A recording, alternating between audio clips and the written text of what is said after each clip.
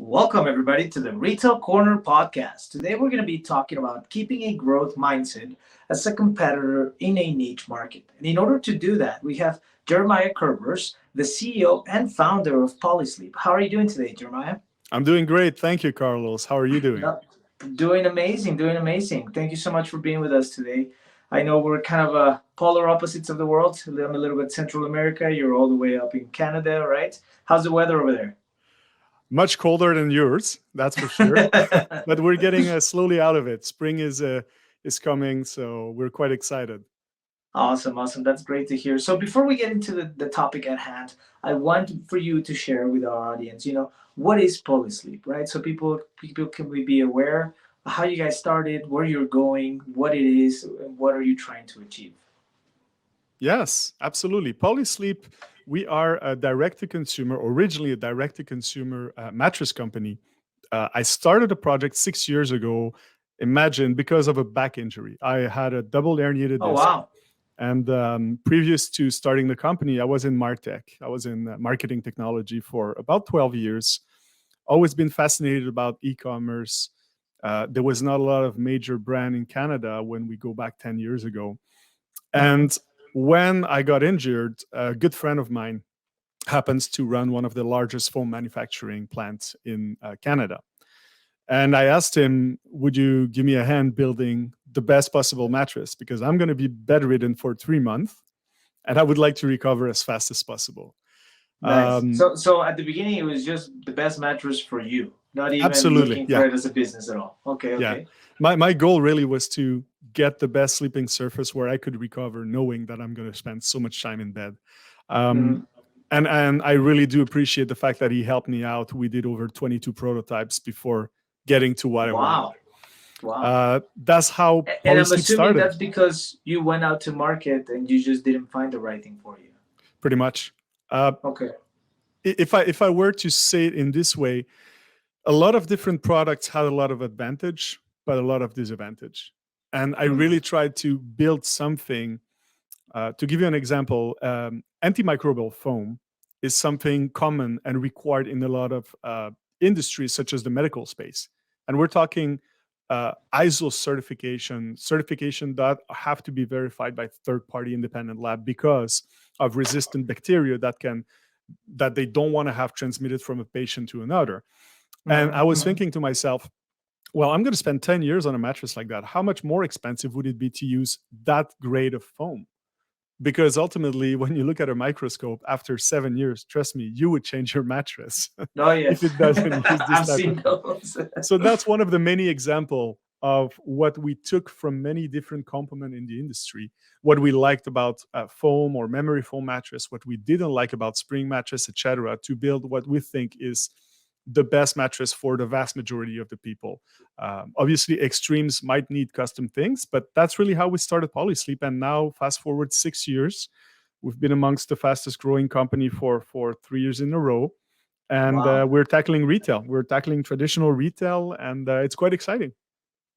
No, that's amazing. Congratulations so much. And it's very inspiring to hear, a personal objective you want to achieve for yourself and then how you'd circle that and turn it into a business. I think for all of our audience out there, it's very inspiring. We have a lot of entrepreneurs and that's what it's all about. A lot of times it's a dream that you start for yourself and then you see the add-on value that you could bring onto other folks by sharing that, right? And so with that, talking about keeping a growing mindset, obviously you've been Mm. in nothing but growing mindset, I'm sure, for the past 6 years, right? And how do you Yes. grow your company and all that. So what does that mean to you, right? Because I think a lot of people have different ideas of what a growing mindset is, right? And it's a lot of people think, oh, it's spending more money, getting more investors, and I don't think that's necessarily it, right? Not everything is solved by just getting more investors or getting more money. I think there's got to be a bigger vision to it. I think we have to start with a strong why. Why are you trying to achieve growth or hyper growth in the first place? And in my case, it was really to showcase the amazing product we've built. And starting from that, it becomes a quest of I will need and I will do and I will need to do whatever I have and whatever I need to do to scale that business because I really think it's worth it for the end user. So it becomes an obsession. In our case, it's one of our pillar. We're really tailored and focused toward customer, product, and innovation. And these are the three pillars we focus on. These are the three pillars that drive our business forward. And everybody in the team and everybody who's being hired in the team have Mm, this focus. Now, when you talk about the growth mindset, like I said, it has to have a stronger purpose than just growing for the sake of growing, especially nowadays with the current economic landscape where money is becoming less cheap, I would say, compared to mhm. 3 4 years ago, right? VCs having a hard time, keeping their capital and injecting capital in the right companies.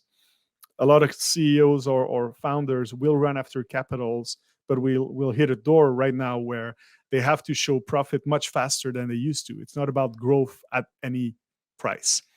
So that's one thing you have to keep in mind, I think, when you want to start a business nowadays. And in terms of growth, our focus was really our customer. To me, having a growth mindset is all about bringing better value than what the current market is offering to your customers.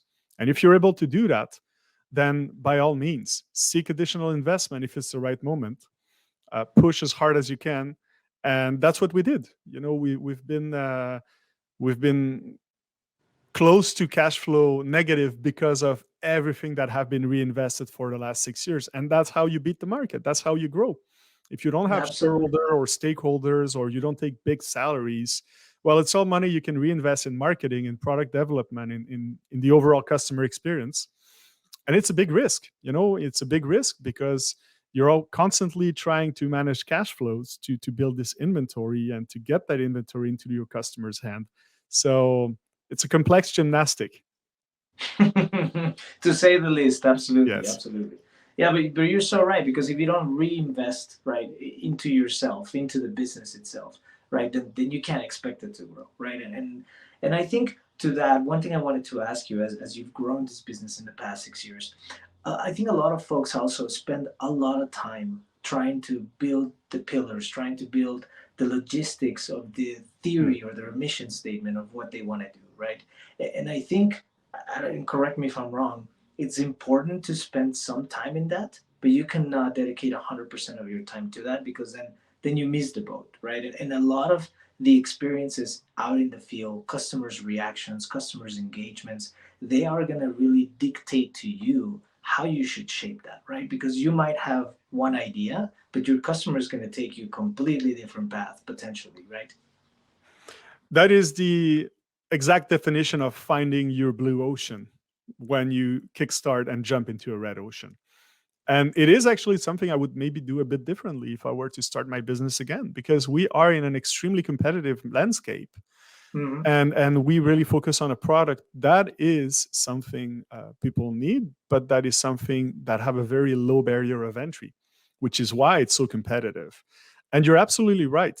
A lot of people would tend to focus too much time and effort figuring out the perfect mission, the perfect values, the perfect vision of their business, and thinking they can conceive a brand and that this brand will be totally understood by the consumer, while in reality, any marketing initiatives or any type of branding aspect is you trying to convince your audience about what you're doing. But ultimately, Mm-hmm. your brand is the sum of all the conversation that happen about your business. So if you're saying you're a super high end brand, but everybody that buys your product say it's the best bang for the bucks, well, you're not. Embrace that, right? Embrace Embrace it. that, find your niche, and go from there. I strongly believe that niches are the new mass.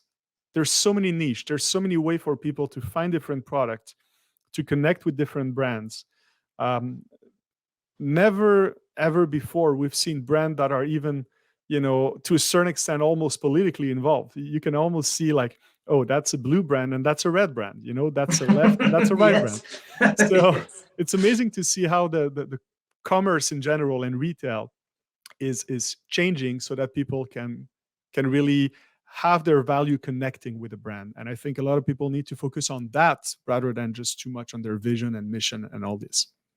Absolutely, absolutely. And I think the other thing that's important is the partnerships that you build, right? Because you're only as strong as your team, and not just your internal team, but your external team, right? And with that, I wanted to ask you, what do you think is the key when it comes to setting up solid partnerships? Because I think a lot of times people are scared of setting up, especially with the external partnerships? Are they going to steal my idea? Are they going to shape it up? Or right? Like there's so much hesitation, I guess is the right word. But what do you think is the key in order to set up very solid partnerships that can go the long run? So that way your mind is not occupied in the what if, but Yeah. rather in how do we accomplish? I strongly believe that your question, the answer is in your question. It's all about partnership and not short-term relationship or client and provider service. If you do externalize elements and components of your business, you got to be very diligent because once you pick that partner, it's going to take time before that partner get to know your business. So one thing I look a lot at is not necessarily which company I'm going to work with, but who's going to be the account manager, who's going to be working on my account, and is this person most likely going to be the person that in 6 months would move along to another company? And that's what scares me the most when I choose partner is I want to find a partner where I'm going to build that relationship over time and that I know their employees and the people who are working on my account will one like to work on my account and Mm-hmm. two will stay there for the long run because things are moving so fast that the 3 to 6 months it's going to take for them to understand my segment, my business, my competitors, what I'm doing differently, how I'm doing this differently, and really bring the value, the added value. I'm really careful with how I choose my partner so that I can think of is it going to be the right person in 2 years from now or 3 years from now. Past that, it's very complicated, right? But at least for a couple of years, working with them is critical for me. So that Yeah. is absolutely right. And same goes for employees. You know, it's a reality nowadays with younger generation that people are not as stable in their career, and most likely for the best for them. But for a business, we got to navigate that. We know we're going Mm-hmm. to have that person for 1, 2, 3, maybe 5 years. That's amazing. No, But a yeah, lot yeah. of them will When move. before it was 15, 20 years, 15 was the standard. It wasn't even amazing. It was just standard. Yeah, And now it's like absolutely right. If you have an employee yeah, for 5 years, wow, what are you doing? yeah. And To and keep this and guy. and to a certain extent, you almost celebrate when they move and outgrow your company because you did a good job as a manager as well. So it's Mm-hmm. just a very different mindset.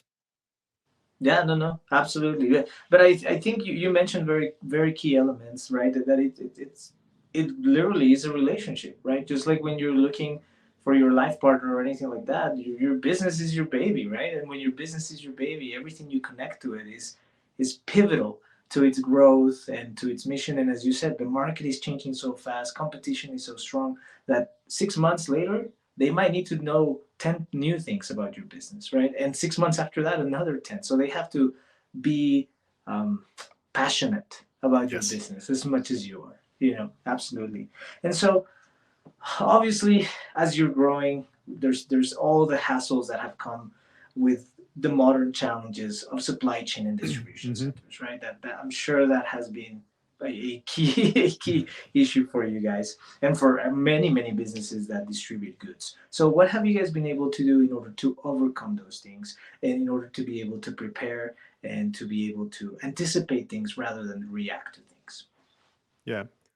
The first and most important thing, which is often very easy when you have a business that operate online, is to know your data and know what to use within these data points that matters. So managing inventory based on peak customer seasonality is critical because again it affects cash flows.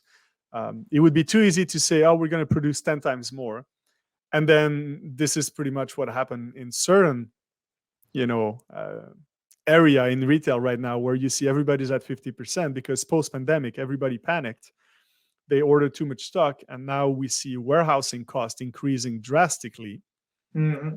and people have to liquidate inventory, and that put a lot of pressure in certain on certain segments in the retail landscape.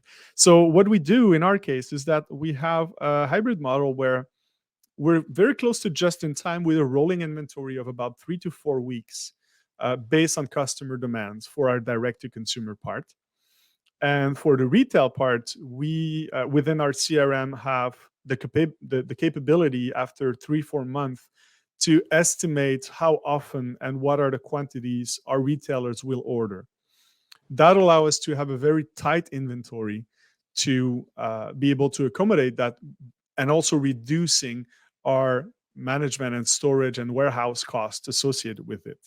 Mm-hmm, That being mm-hmm. said, it's extremely hard to accomplish if you deal with overseas provider, which is why all our suppliers are local manufacturers.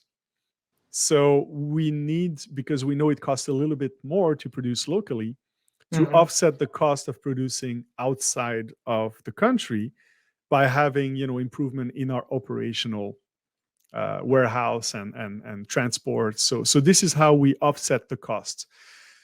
Another thing that is great is that quality control, when you do R&D at the same exact facilities than at where you produce the final product, have also a significant impact on customer satisfaction.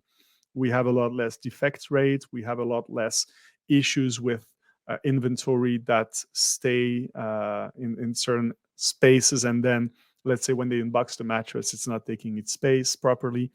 So we were able to alleviate a lot of these issues by making everything locally sourced at about 100 kilometers of where our head office is. So everything is produced Oh wow. around Montreal area. Wow. And it's also great. Congratulations to that. That's a Thanks. huge challenge. I mean, that's you It don't is hear a that very challenge. often. No, and Yes. and it goes back to the previous question. It's all about partnership. Mm-hmm. If you can't do that, because you almost have to convince the manufacturer to become a partner, right? it's Yes. it's not Yes. it's not just, hey, I'm going to order 1,000 of them. It's like, no, we're going to grow together, and if it goes well, you'll need maybe more space and more employees. Is it something we can do? How long it's going to take before we can increase the output and all that? And you can only do this if you build a long-term relationship and you build this loyalty. And that became extremely helpful during COVID, because we knew we were sometimes privileged over some other client because of that long-term relationship. Wow. So Wow. I think international commerce will change on the supply chain side of things. We see tariff put a lot of pressure in certain categories. We see also the fact that people want to bring a lot of jobs back into each and every country. And I Mm-hmm. think it's a good thing also for the environment, because when you look at the last mile and the overall mileage, our raw material and finished good do have to move about 80% less than a lot of our competitors. So that's also very important from an environmental standpoint. Yeah, no, absolutely, absolutely. And when the one thing you said I really liked is you're impacting your local community, right? And so that's huge, because if you put a grain of salt into your local community and everybody Yeah, subsequently does that, then you're bringing in a lot more income for everybody, right? Which then affects it trickles down into the economy of your that is community, you correct. know? Yeah. And so what is the one most exciting thing you guys are working on right now? We have a very busy year with a big product roadmap coming along. So in April, we're going to have a new mattress. So we're going to be at 4 different mattresses. So that really is to accommodate every wallet. Every people have different budgets, and everybody Mm-hmm. deserves a good night's sleep. So we've really expanded our offers so that we can have a product that fits everybody's needs and moment of life. People through their life have different budgets and capacity and needs. So that's what we're always focusing on. And I won't give too much detail, but there's also a new line of product we're developing where we don't see a lot of competitors. So it's very exciting because it's kind of a blue ocean Oh, nice, for us. nice, So nice, so nice. Well, when you guys are ready, make sure to to come back and share the story. So yeah, that we can put it out absolutely. there for you guys. Yeah, absolutely. Well, the last question I have for you is, if you have one piece of advice for all the entrepreneurs out there that are trying to make it, or they already made it and they're trying to grow their business, right? What would be the one piece of advice that you would give them in order to succeed in such a challenging retail industry? It would be a two-part advice. One would be around motivation, and one would be around resilience, because these are the two things you will need to succeed as an entrepreneur.